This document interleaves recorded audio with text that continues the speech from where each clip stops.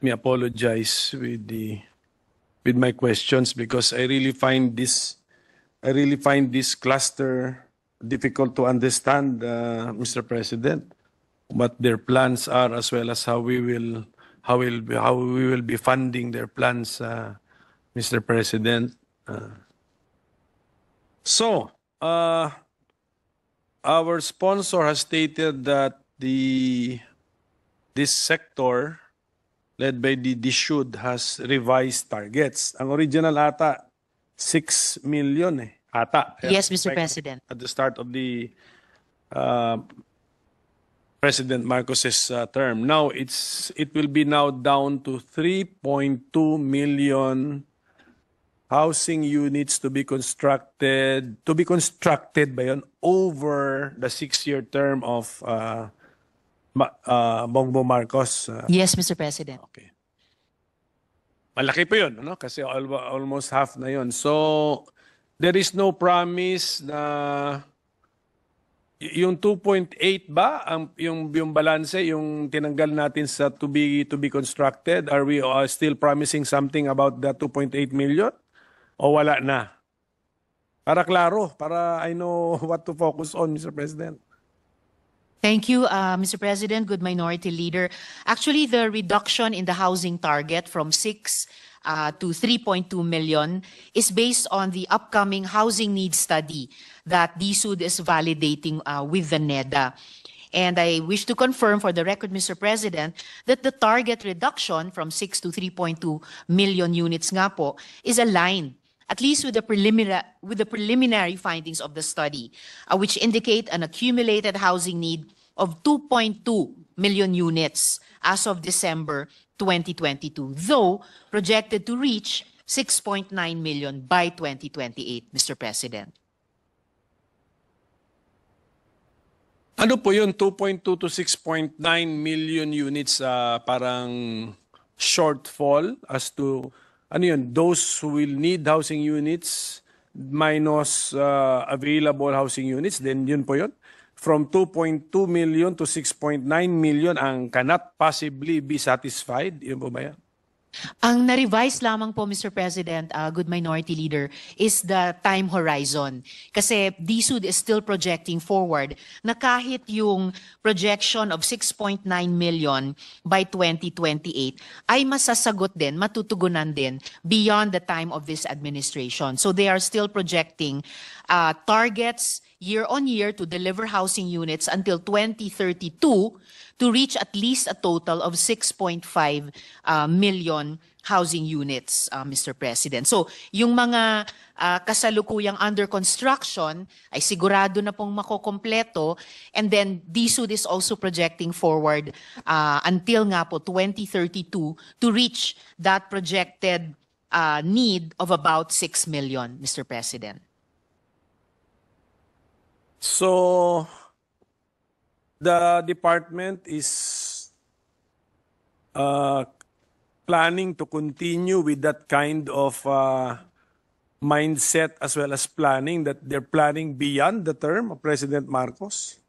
Of course, Mr. President, they can only rightfully exercise that mandate hanggang pong 2028. Pero siguro po, iiwan po nila yung kanilang track record, their accomplishments by year 2028, lessons learned for the consideration of the next administration at yung susunod pong department. Pero at least po, meron po silang maibibili na mga indicators na based on what they intend will be a successful accomplishment of their targets until 2028 na posibleng mode of meeting the housing needs even for the next administration.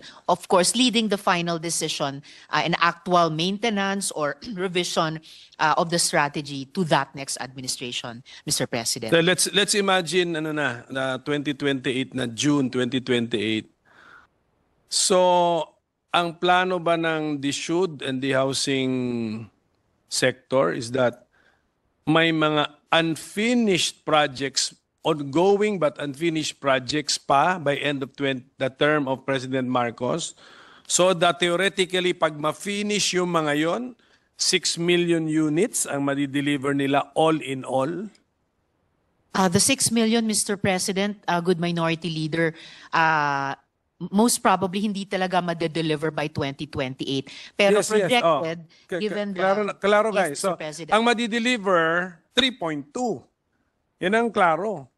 Pero meron bang, sa planning ba ng DSUD, sa mind ba nila, June 2028, may nasa start na ng mga proyekto magiging half-finished or semi-finished or unfinished but ongoing or started.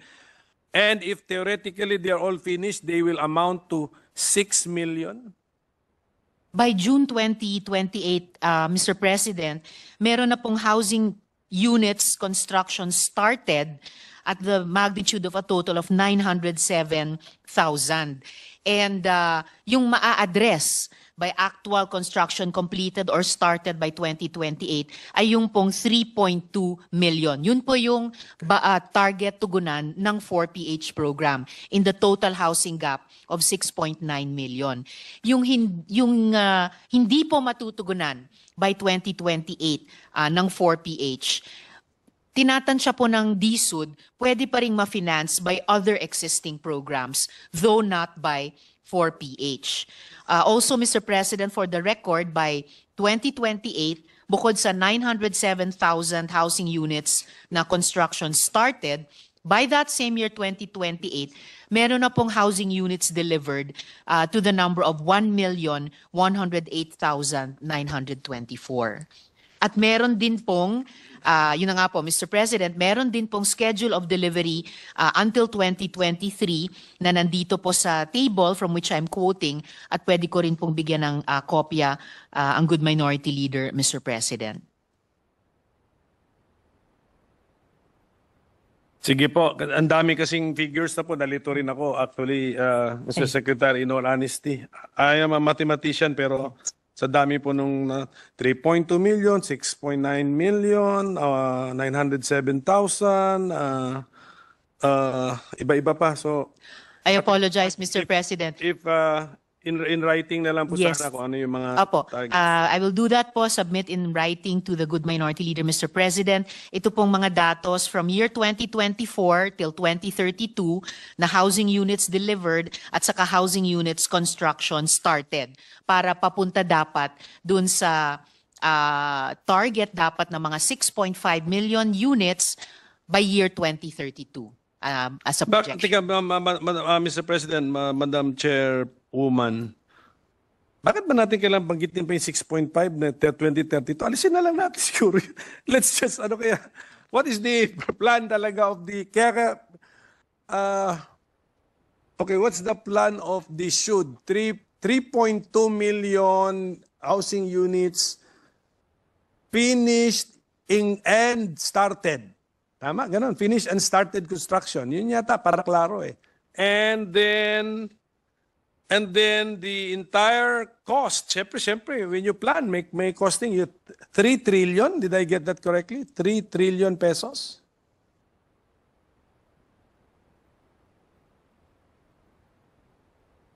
Kasi kailangan ko ng time basahin ito.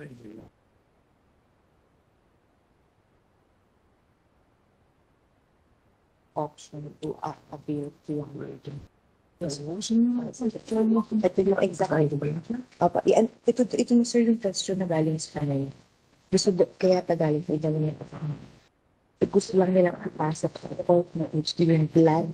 Mr. President, good minority leader, the cost of the 3.2 million housing units would come to 4 trillion pesos, Mr. President. And the advice of the good minority leader, Mr. President, is well taken. Siguro hahatiin na lang namin itong mahaba-habang table at least to end by 2028 and then pwedeng separate table yung na-foresee ng DSUD na pwedeng ma-achieve by 2032 if the similar strategy will be pursued by the next administration, Mr. President. Kasi pwede kasing pang-impress yun eh. Pero alam mo na, yung katotohanan na, kaya yung umpisa natin 6 billion, impress eh. Pero adjust ka agad yata. Siguro nag-adjust ka agad yata, one year, one and a half years into the administration, 3.2 na lang, in-adjust ka agad eh. Mr. President, so Although For- I thought, Mr. so- President, that for- the good minority leader also welcomed that adjustment as a sign na mas nagiging realistic yung Is DSUD. that the final adjustment from the sector? Talagang na-compute nyo na po yan na may computer simulation pa, may at the cost of 4 trillion. So dito na pumasok yung financing, how to finance it. Hindi to entero gobyerno ang naisip natin, di ba? That's why narinig ko yung we need a government guarantee. Yes, Mr. President. Do we already have that government guarantee? Mr. President, good minority leader, sa ngayon po, pinoproseso na ng DSUD sa gobyerno, particularly sa Department of Finance, yung mga detalye at go signal para dito sa government guarantee.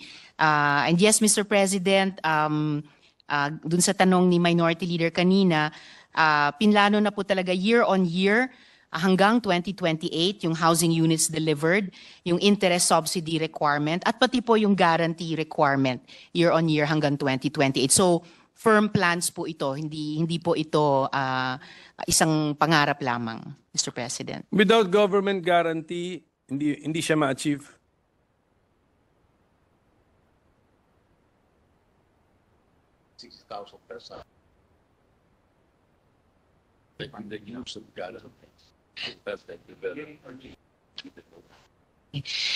Yung guarantee, government guarantee po, Mr. President, ay mas ma-empower lahat ng stakeholders i-reach yung targets na kakailanganin. Without the government guarantee pa lamang, makakaproduce na po ang DSUD at key shelter agencies ng 162,000 per year. Pero maa-unlock po ng government guarantee yung higit na capacities ng mga stakeholders na to. At potentially, masasagot yung ilang mga challenges dun sa private sector reliances. Nabanggit ko po kanina, Mr. President, yung ilang mga challenges tulad ng lengthy loan approval processes, yung risk aversion mula sa lenders, at saka yung high interest rates. So, nakikita po ng department na with the government guarantee, matutugunan yung mga hamon na ito at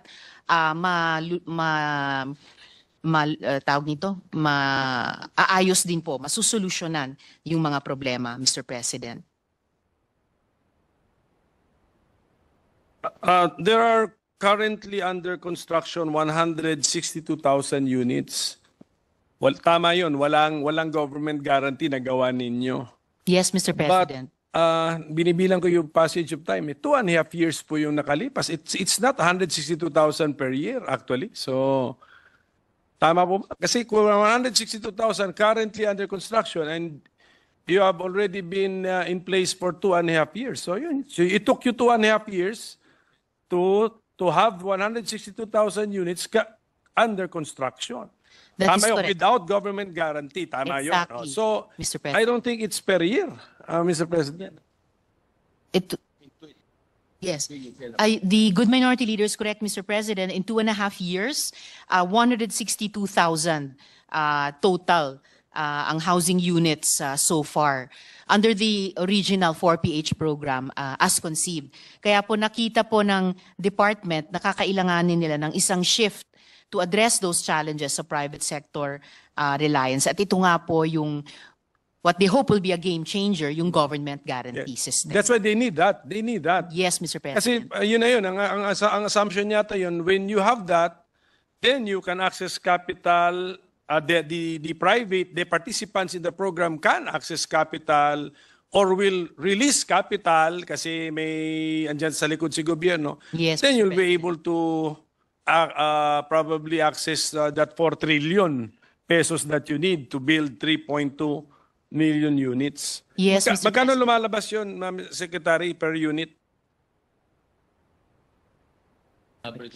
On the average, Mr. President, aabot ng 1.5 million pesos per unit.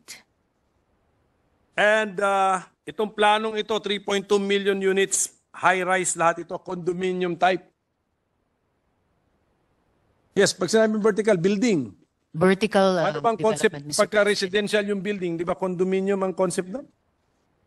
Condominium ang concept. Concept, di ba? Condominium is a concept. Medium and high rise, Mr. President, so almost condominium. Concept na may sarili kang unit, may common areas, etc. Ganon po, Mr. President. Meron kayong sharing of expenses sa common areas. Yes, Mr. Okay. President. Sino po ba ang target natin? May mga trabaho na, di ba?